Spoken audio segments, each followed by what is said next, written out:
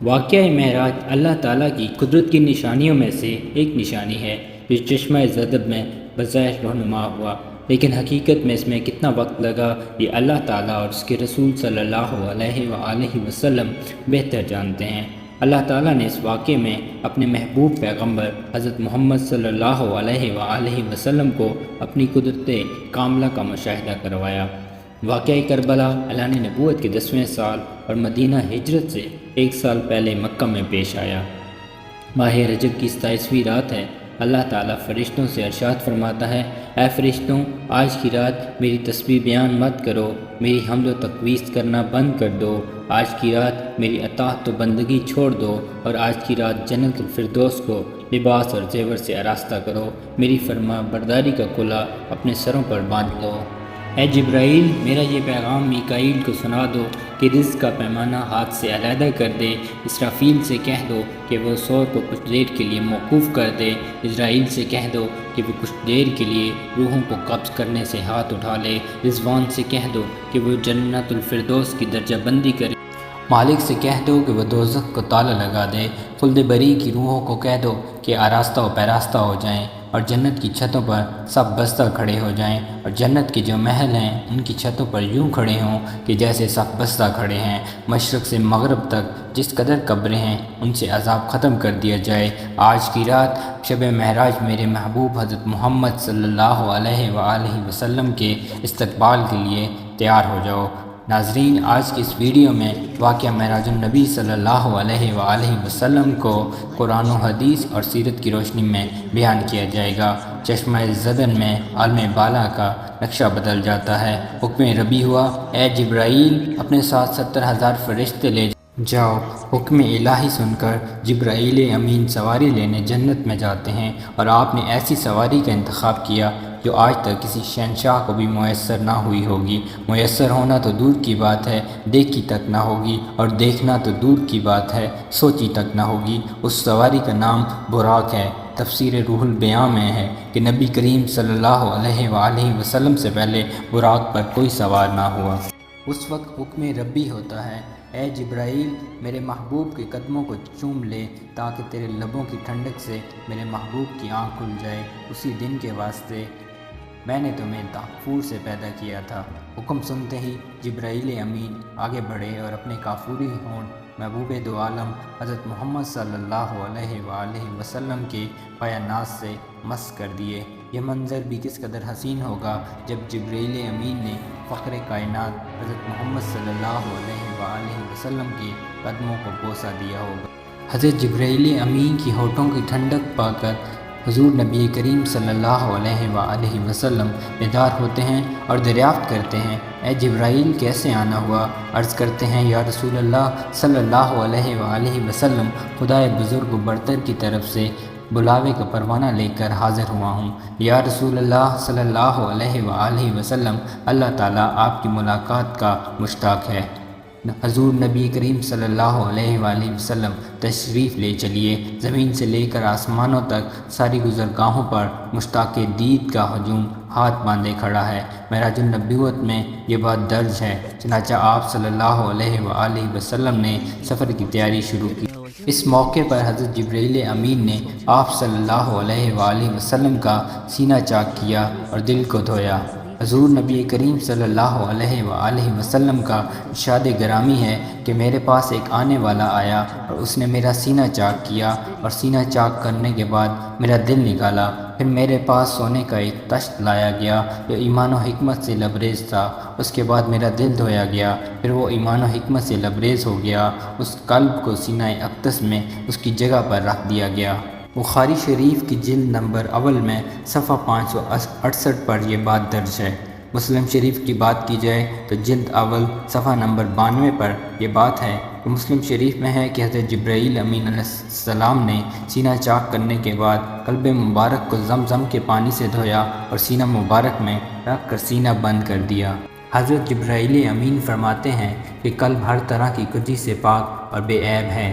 اس میں 2 آنکھیں ہیں جو دیکھتی ہیں اور 2 کان ہیں جو سنتے ہیں۔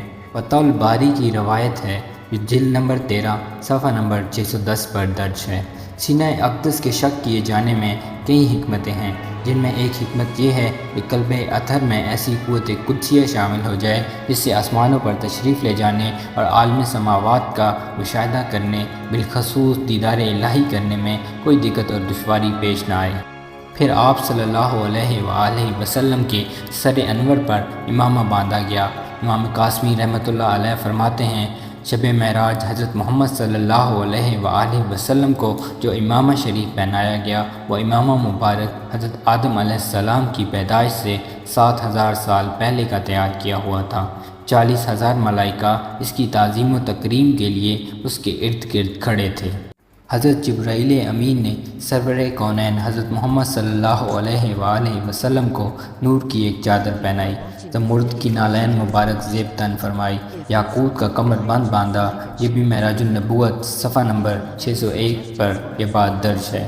معراج النبوت صفحہ نمبر 606 پر یہ بات درج ہے کہ حضور نبی کریم صلی اللہ علیہ وآلہ وسلم نے براق کا حلیہ بیان کرتے ہوئے یہ فرمایا، سینہ سرخ یاقوت کی مانند چمک رہا تھا، اس کی پشت پر بجلی گونجتی تھی، ٹانگیں سبز زمرد، دم مرجان، سر اور اس کی گردن یاقوت سے بنائی گئی تھی، بہشتی زین اس پر کسی ہوئی تھی جس کے ساتھ سرخ یاقوت کے 2 رکاب آویزاں تھیں۔ اس کی پیشانی پر لا الہ الا اللہ محمد رسول اللہ لکھا ہوا تھا۔ چند لمحوں کے بعد وہ وقت بھی آ گیا کہ سرور کونین حضرت محمد صلی اللہ علیہ وآلہ وسلم براق پر تشریف فرما ہو گئے۔ حضرت جبرائیل امین نے رکاب تھام لی، حضرت میکائیل نے لگام پکڑ لی، حضرت اسرافیل نے زین کو سنبھالا۔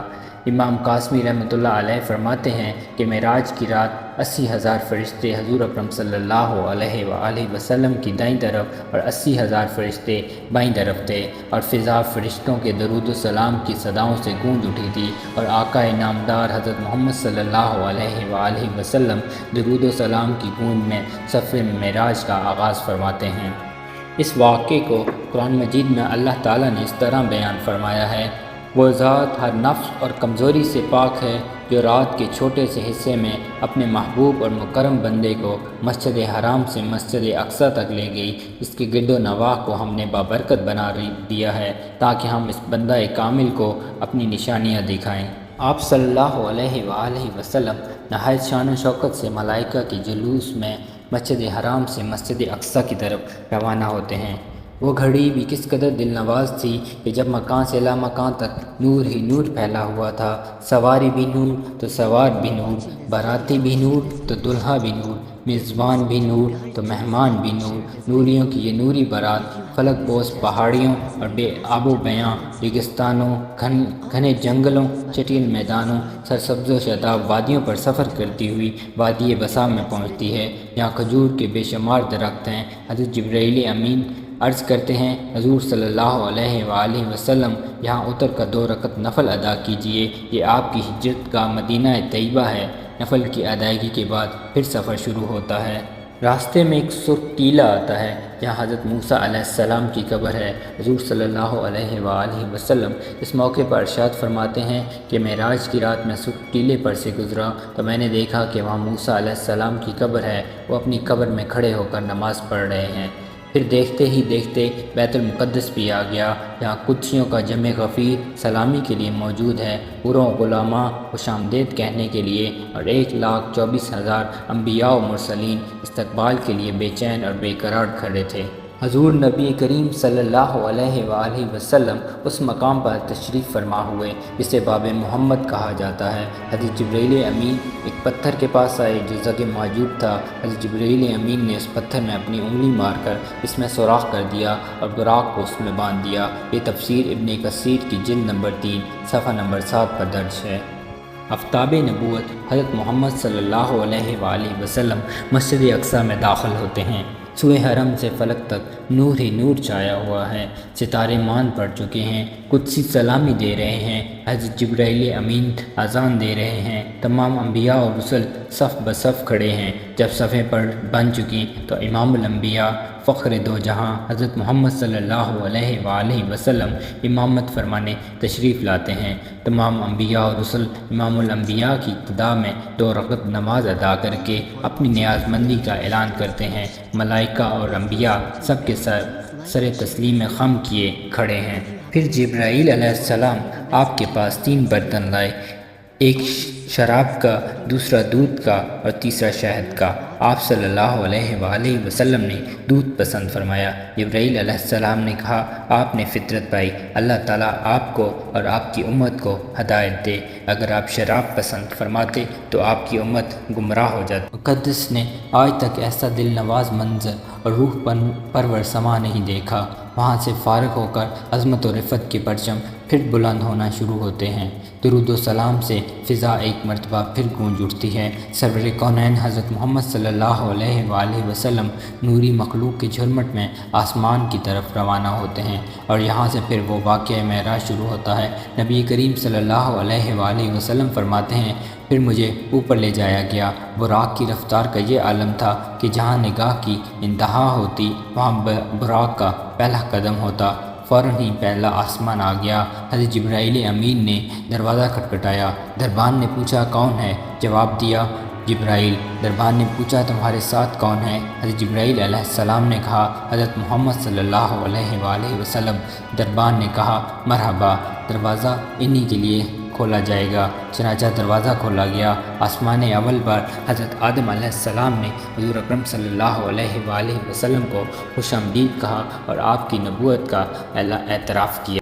وہاں ان کی دائیں طرف ایک گروہ تھا جو آپ صلی اللہ علیہ وآلہ وسلم کو دیکھ کر مسکراتا۔ وہ سعادت مند روحیں تھیں۔ اور وہیں بائیں طرف ایک گروہ تھا جو آپ صلی اللہ علیہ وآلہ وسلم کو دیکھ کر روتا، جو بدبخت روحیں تھیں۔ اس کے بعد آپ صلی اللہ علیہ وآلہ وسلم کو دوسرے آسمان پر لے جایا گیا، جہاں حضرت عیسیٰ علیہ السلام اور حضرت یحییٰ علیہ السلام نے آپ کو خوش آمدید کہا اور آپ کی نبوت کا اقرار کیا۔ پھر تیسرے آسمان پر حضرت یوسف علیہ السلام نے، چوتھے آسمان پر حضرت ادریس علیہ السلام نے، پانچویں آسمان پر حضرت ہارون علیہ السلام نے آپ کا استقبال کیا اور آپ کے نبوت کا اقرار کیا۔ چھٹے آسمان پر حضرت موسیٰ علیہ السلام نے اور ساتویں آسمان پر حضرت ابراہیم علیہ السلام نے آپ کو خوش آمدید کہا اور آپ کی نبوت کا اقرار کیا۔ ناظرین، اسی کے ساتھ ہمیں اجازت دیجیے کہ آپ کو ہماری یہ کاوش پسند آئی ہوگی۔ انشاءاللہ دوبارہ حاضر ہوتے ہیں ایک نئی کاوش کے ساتھ۔ اللہ آپ سب کا حامی و ناصر ہو۔